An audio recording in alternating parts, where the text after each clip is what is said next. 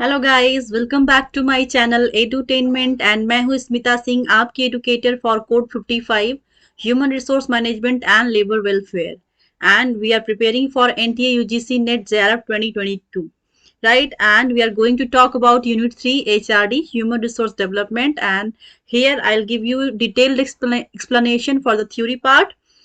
HRD की theory part को हम कर रहे हैं, जिसमें हमने काफी सारे टॉपिक्स कवर कर लिए हैं अब तक के सेशन में। आज के सेशन में मैं आगे के ऑप्शंस जो भी टॉपिक्स हैं उन पे हम बात करेंगे। एंड वो टॉपिक्स क्या हैं वो मैं आपको दिखा देती हूँ स्क्रीन पे, एंड जो हमने प्रीवियस सेशन में कर लिया है वो भी आपको दिखाऊंगी। एंड आपके सामने ये रहा स्क्रीन पर। कंटेंट्स में मैंने बताया था फर्स्ट सेशन में ही दैट क्या क्या आपको यूनिट 3 में पढ़ना था, एक समरी दिया था मैंने, और समरी में आपको पढ़ना था human resource department HRD, performance appraisal हमने लास्ट सेशन में कर लिया था, performance appraisal, training and development की भी बात हमने कर ली है लास्ट सेशन में, and total quality management, kaizen, quality of work life, quality circle, इन सारी चीजों पे अभी हम बात करेंगे, इन सारे टॉपिक्स पे, राइट? करियर प्लानिंग की भी बात करेंगे at the end of the session. So ये सारे टॉपिक्स हमने लास्ट प्रीवियस सेशंस में किए हुए हैं। सो अगर आपने अभी तक ये सारे सेशंस नहीं अटेम्प्ट किए हैं तो आप मेरे चैनल पे स्मिता सिंह एंटरटेनमेंट डालेंगे ये यूट्यूब पे, तो आपको इजीली सारे क्लासेस मेरी मिल जाएंगी। एंड अगर आपको लगता है कि कहीं पे भी कोई भी टॉपिक, मैंने वैसे कोई टॉपिक में छोड़ती नहीं हूँ, अगर कहीं पे आपको लगता है कहीं पे भी आप पढ़ रहे हो, अगर लगता हो कि कहीं भी आपको डाउट है किसी भी थ्योरी पार्ट में, किसी भी यूनिट से, तो आप मुझे बता सकते हैं कमेंट सेक्शन में। मैं उनके लिए भी एक अलग से वीडियोस प्रिपेयर करके यूट्यूब पे अपलोड कर दूंगी, राइट? सो ये सारी चीजें हम अब तक पढ़ चुके हैं। आज के सेशन में हम जो स्टार्ट करेंगे वो पार्ट मैं आपको दिखा देती हूँ कहाँ से हम स्टार्ट करने वाले हैं। हमने लास्ट सेशन में पढ़ा था models, the HRM models, HRM के क्या क्या मॉडल्स हैं उन पे बात की थी। तो first was the Harvard model, second was the Warwick model, and Michigan model, matching model, and the Guest model, right? So appraisal पे हमने परफॉर्मेंस अप्रेजल की भी बात की थी हमने लास्ट सेशन में।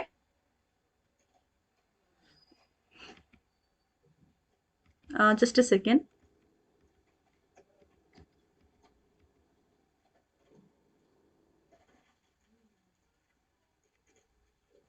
ऑल राइट,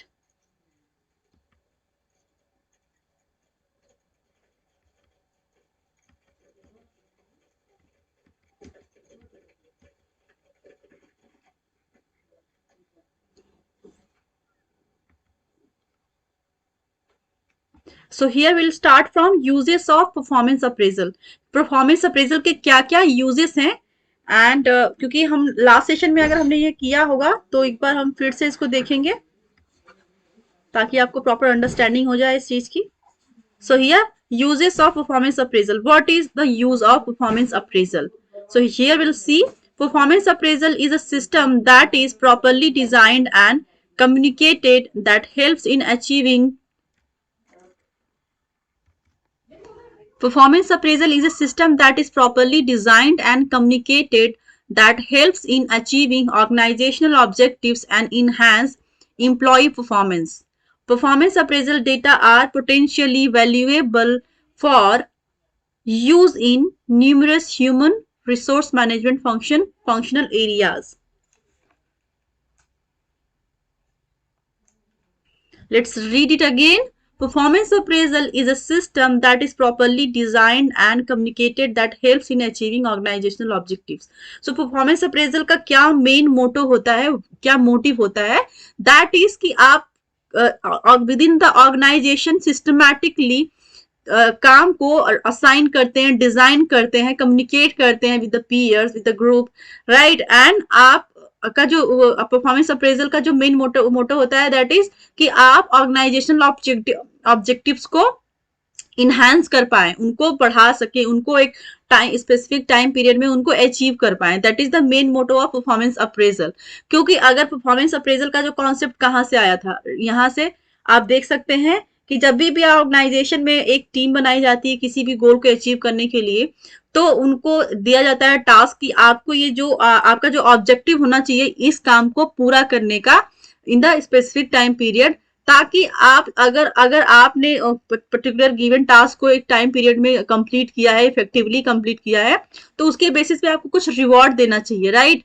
कुछ आपको उसका बेनिफिट भी मिलना चाहिए कि अगर आपने काम डेडिकेटली डिलीजेंटली काम किया है तो उसका आपको आपको भी आउटपुट मिलना चाहिए with along with the organisation, क्योंकि ऑर्गेनाइजेशनल गोल को अचीव करने में आपका जो सबसे बड़ा रोल होता है, उसके लिए आप की जो भागीदारी होती है, उसके लिए आपको भी तो कुछ आउटपुट मिलना चाहिए, एडिशनल बेनिफिट मिलना चाहिए, right. So that is the performance appraisal, right. So यहाँ पे आपको एक स्पेसिफिक लाइन में बोला गया कि performance appraisal is a system, performance appraisal एक सिस्टम है दैट इज प्रॉपरली डिजाइन, जो कि प्रॉपर अच्छे तरीके से डिजाइन किया जाता है एंड कम्युनिकेट किया जाता है टू, और वो जो कम्युनिकेशन का जो पार्ट होता है वो हेल्प करता है अचीविंग ऑर्गेनाइजेशनल ऑब्जेक्टिव्स, और वो ऑर्गेनाइजेशन के ऑब्जेक्टिव को अचीव करने में मदद करता है, right. That is the main part of performance appraisal. And enhance employees performance, वो ऑर्गेनाइजेशनल ऑब्जेक्टिव्स को अचीव करने के साथ साथ एम्प्लॉयज की परफॉर्मेंस को भी इनहांस करता है। Performance appraisal data are potentially valuable, जो परफॉर्मेंस अप्रेजल का जो डेटा होता है वो बहुत ही वैल्यूएबल होता है, बहुत ही इंपॉर्टेंट होता है for use in numerous human resource management functional areas.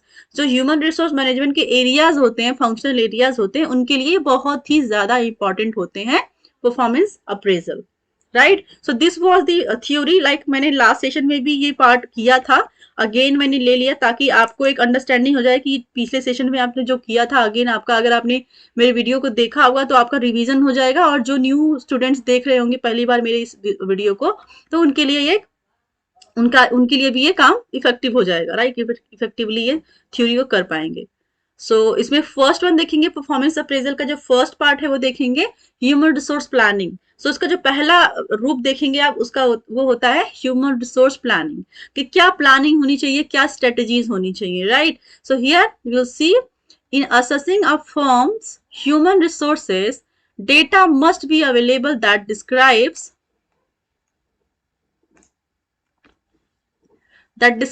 the promotability and potential of employees, especially key executives.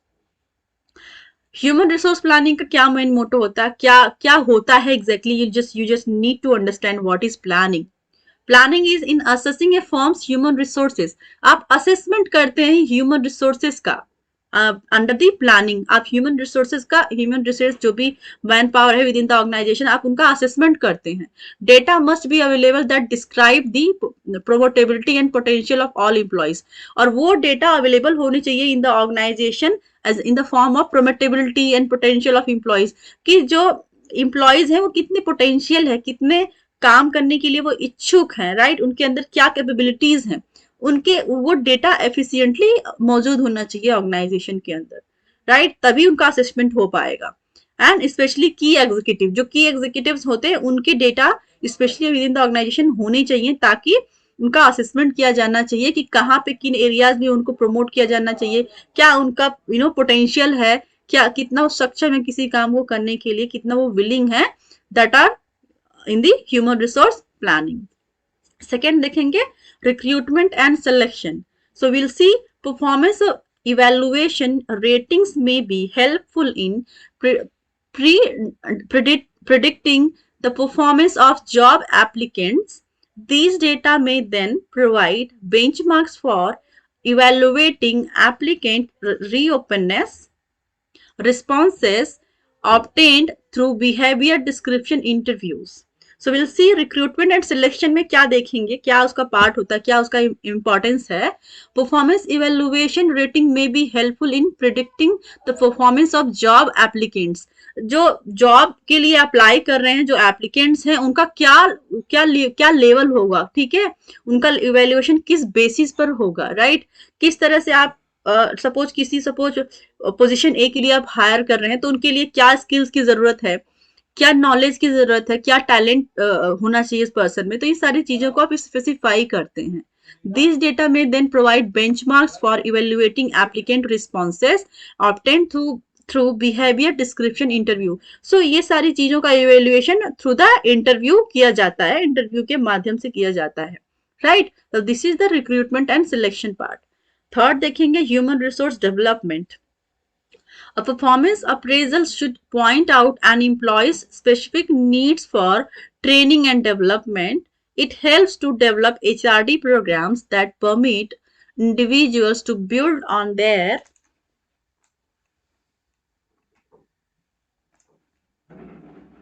strengths and minimize their deficiencies. We'll see it again.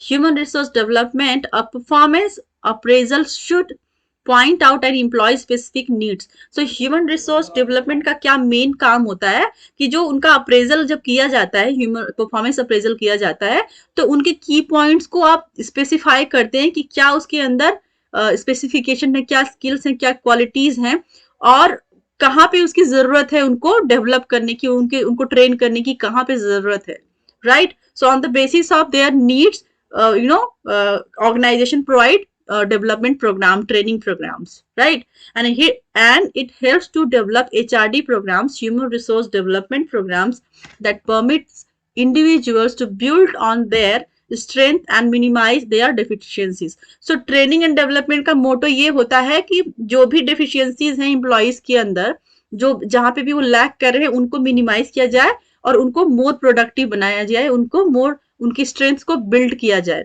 उनको बढ़ावा दिया जाए, और उनकी जो उनकी डेफिशिएंसी है, इनएफिशिएंसी है, उनको कम किया जाए, उनको खत्म किया जाए. That is the main motto of training and development.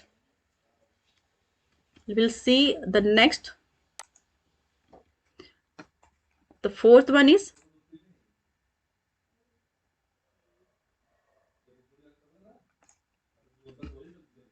one is career planning and development, PA.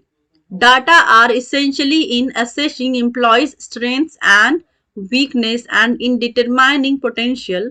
Managers may use such information to counsel subordinates and assist them in developing and implementing their career plans. Career planning का क्या main motto होता है? Career planning and development का जो planning and assessment का जो part देखेंगे, उसमें देखेंगे data are essentially in assessing employees strength and weakness. So आप स्पेशली एम्प्लॉयज की स्ट्रेंथ को देखेंगे, मापेंगे, असेस करेंगे, एंड उनके वीकनेस को देखेंगे.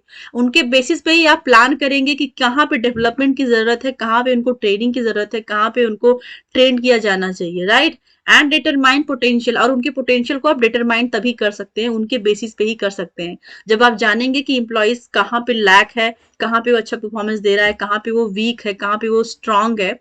उनके बेसिस पे ही आप उनके पोटेंशियल को इंक्रीज कर पाएंगे, right? And to encourage good performance, a firm should design and implement a fair, managers may use such information to counsel subordinates and assist them to develop and implement their career plans. So on the basis of that, managers का क्या काम होता है? वो अपने subordinates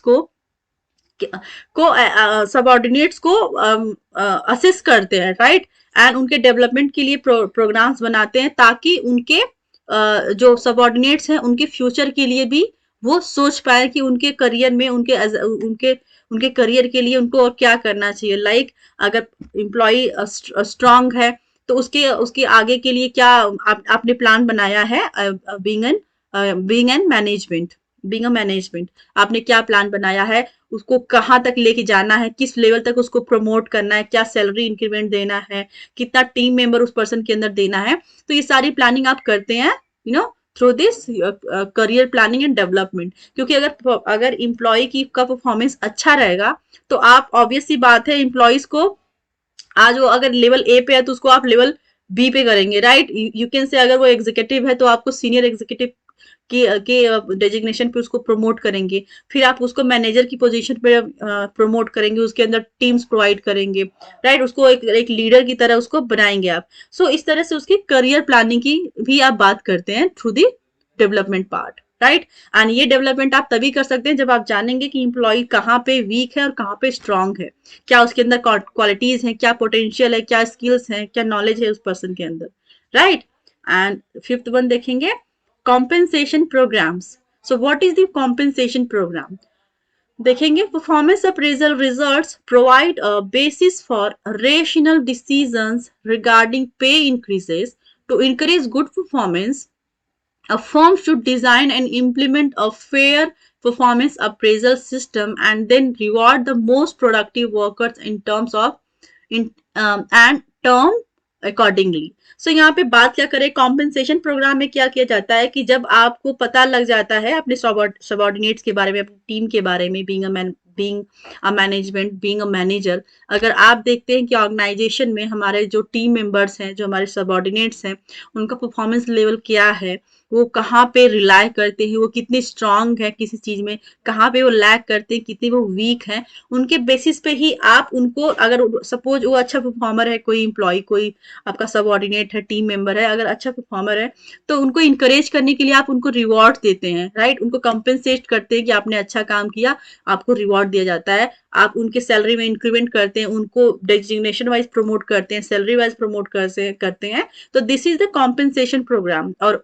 compensation programme के अंदर आप उनके सारे लाइक एक एम्प्लॉय के सारे काम का लेखा जोखा रखते हैं कि उसका ईयरली परफॉर्मेंस क्या है, मंथली परफॉर्मेंस क्या है, वो टाइमली प्रोजेक्ट्स को सबमिट करता है कि नहीं करता है, जो भी टास्क दिया जाता है वो टास्क कितना इफेक्टिवली वो करता है. तो इन सारी चीजों के बेसिस पे ही हम कॉम्पेंसेशन प्रोग्राम्स बनाते हैं, राइट.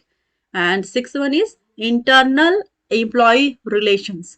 इंटरनल एम्प्लॉयज के जो विद इन द ऑर्गेनाइजेशन क्या रिलेशंस होते हैं उनके बेसिस पे हम बात करेंगे. Performance appraisal data are also frequently used for decisions in several areas of internal employees relations, including motivation, promotion, demotion, termination, layoff, and transfer. Appraisal system must be designed and implemented in a way to maintain employee self esteem. सो यहाँ पे बात कर रहे हैं, जब internal relations की बात करेंगे तो आप देखेंगे कि एक एम्प्लॉय का एज एन इंडिविजुअल क्या मोटिवेशन लेवल रहा है, क्या वो विद इन द ऑर्गेनाइजेशन क्या इंटर कम्युनिकेशन रहा है, कितना अच्छा बिहेवियर है उसका उसके पीयर्स के साथ, एम्प्लॉयज के साथ, इन ऑर्गेनाइजेशन.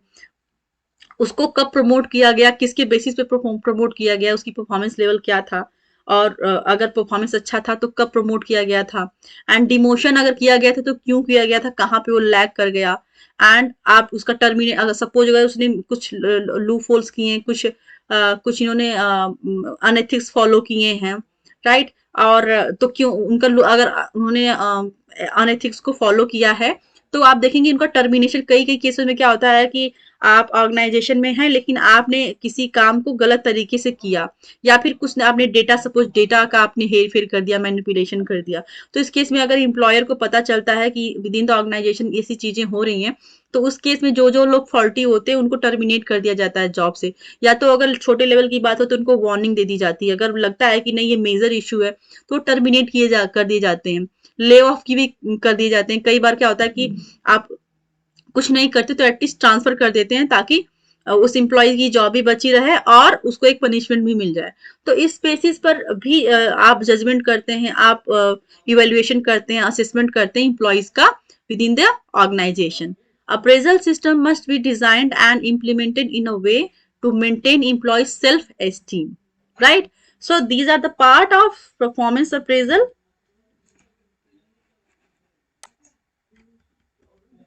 ठीक है, हमने देखा यूजेस ऑफ परफॉर्मेंस अप्रेजल क्या है. उनमें हमने देखा परफॉर्मेंस अप्रेजल की यूजेस में human resource planning, recruitment and selection देखा, ह्यूमन रिसोर्स डेवलपमेंट पार्ट देखा, करियर प्लानिंग एंड डेवलपमेंट देखा हमने, कॉम्पेंसेशन प्रोग्राम्स देखे हमने, इंटरनल एम्प्लॉय रिलेशन देखा, and seventh is assessment of employees potential. Employees का क्या पोटेंशियल लेवल है उसका असेसमेंट करना.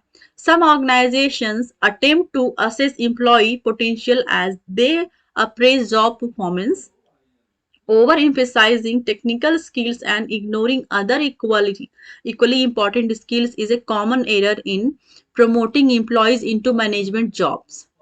Overemphasizing technical skills and ignoring other equally important skills is a common error in promoting employees in management job.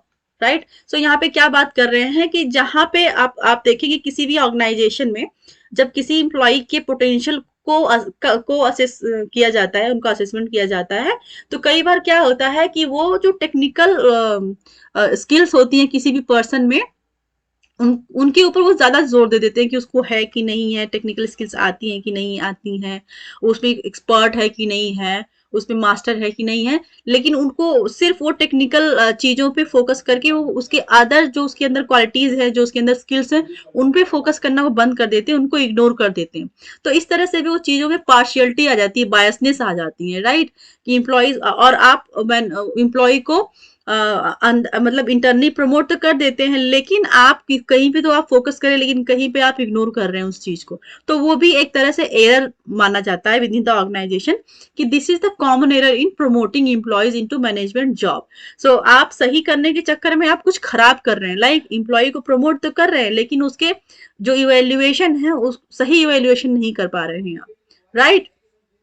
So potential जो उसका है, उस potential को ध्यान में ना देख के आप टेक्निकल पोटेंशियल को देख रहे हैं, लेकिन उसके अंदर जो और पोटेंशियल, सपोज आप अकाउंटिंग में मास्टर है, अकाउंटिंग बहुत अच्छा करते हैं, लेकिन आपको दे दिया, आपको डाल दिया गया है मार्केटिंग में, राइट। सो इस तरह से अगर आप कोई भी एम्प्लॉय किसी स्पेसिफिक चीज में अगर अच्छा है, तो उसको उस लेवल के बेसिस पे उसको प्रमोट किया जाना चाहिए, ना कि वो अकाउंटिंग में तो है, लेकिन क्या आपको मार्केटिंग स्किल्स आती हैं, आप उस पर फोकस कर रहे हैं, आप उसको उस बेसिस पे प्रमोट कर रहे हैं, राइट। तो या तो आप उसको प्रमोशन दे देंगे, या तो उसको डिमोट कर देंगे, या तो उसको फिर भले वो डिजर्व करता है, आप उसको उसी लेवल पे रख देते हैं।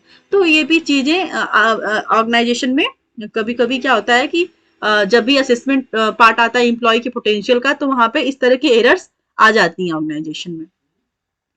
एंड विल सी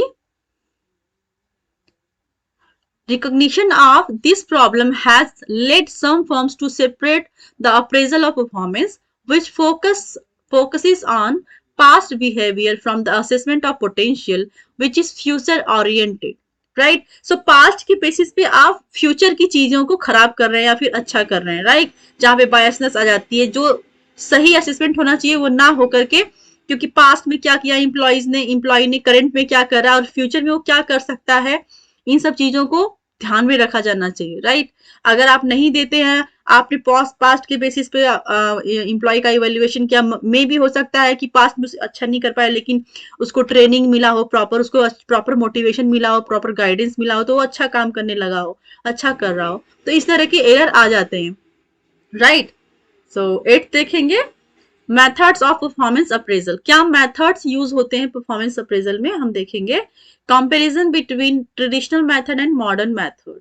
सो हम देखेंगे, कंपेयर करेंगे कि ट्रेडिशनल मेथड क्या है परफॉर्मेंस अप्रेजल का, एंड मॉडर्न मेथड क्या है। ट्रेडिशनल मेथड देखेंगे, कॉन्फिडेंशियल रिपोर्ट। जो ट्रेडिशनल मेथड होता है उसमें रिपोर्ट कॉन्फिडेंशियल होता है, राइट। सबके बीच शेयर नहीं किया जाता है, सबके साथ शेयर नहीं किया जाता है, राइट। एंड मॉडर्न मेथड में क्या होता है, असेसमेंट सेंटर मेथड। यहाँ पे असेस किया जाता है, राइट, असेसमेंट किया जाता है, परफॉर्मेंस को। Methods of performance appraisal. So method जो जो आपका मेथड है परफॉर्मेंस अप्रेजल का, उसमें असेसमेंट किया जाता है मॉडर्न में, एंड ट्रेडिशनल में किया जाता है कॉन्फिडेंशियल रिपोर्ट। कॉन्फिडेंशियल रिपोर्ट की बेसिस पे बात की जाती है। दूसरा देखेंगे एस्से मेथड। सो यहाँ पे हम इसको थोड़ा डिटेल में पढ़ेंगे। यहाँ पे तो सिर्फ पॉइंट दिए हुए हैं, यहाँ पे सिर्फ पॉइंट दिए हुए हैं। इस सेशन में मैं अभी यहाँ तक ही ले रही हूँ, क्योंकि इसमें काफी लेक्चर लंबा जाएगा, और इसलिए मैं इसके लिए दूसरा सेशन बनाऊंगी। दूसरे सेशन में आप इन जो भी ट्रेडिशनल मेथड है, मॉडर्न मेथड है, traditional I am sorry traditional में आप देखेंगे कॉन्फिडेंशियल रिपोर्ट है, एसे मेथड है, रैंकिंग मेथड है, पोस्ट कंपैरिजन मेथड है, ग्राफिक रेटिंग स्केल 6 देखेंगे, चेकलिस्ट मेथड। चेकलिस्ट में क्या होता है कि जैसे सपोज पर्सन ए है, उसको क्या क्या आता है, उसको सपोज उसको टेक्निकल वर्क आता है, वो टीम को अच्छे से हैंडल करता है, उस पर टिक टिक करते हैं कि क्या क्या क्वालिटीज है, वो चेकलिस्ट मेथड होता है, इसको बोलते हैं। 7th है क्रिटिकल इंसिडेंट्स मेथड, 8th है group appraisal methods, and 9th field review method. Modern method में देखेंगे, फर्स्ट है assessment centre method, second human resource accounting method, third is behaviorally anchored rating scale, fourth one is management by objectives, and fifth is 360 degree appraisal. ये सारे जो points है ना, इस पे क्वेश्चंस बनते हैं, क्वेश्चंस आए हुए हैं एग्जाम्स में, राइट। तो इनको ये जो मैं अपकमिंग जो भी सेशन लूंगी, इसमें ये सारे पार्ट को मैं, इन सारे टॉपिक्स को मैं अच्छे से कवर करूंगी, इनको विद द प्रॉपर एक्सप्लेनेशन। सो आप जो मेरा अपकमिंग वीडियो है उसके लिए वेट करिएगा, अगर आप देख रहे होंगे मेरा वीडियो तो। एंड आप ज़रूर उन आगे के सेशंस को देखिएगा। उसके लिए आपको मेरे चैनल को सब्सक्राइब करना पड़ेगा, ताकि जो भी वीडियोज़ मैं न्यू अपलोड करती हूँ यूट्यूब पे, आपको उनके नोटिफ़िकेशंस मिलते रहें और आप ईज़िली अवेल करते रहें। एंड इससे पहले जो भी मैंने सेशंस लिए हैं, उनको भी आप देख सकते हैं इफ़ यू वांट, अगर आप प्रिपरेशन कर रहे हैं कोड 55 के लिए, तो आपके लिए ये बेनिफिशियल होने वाला है, right? So thank you so much for watching me. Thank you very much.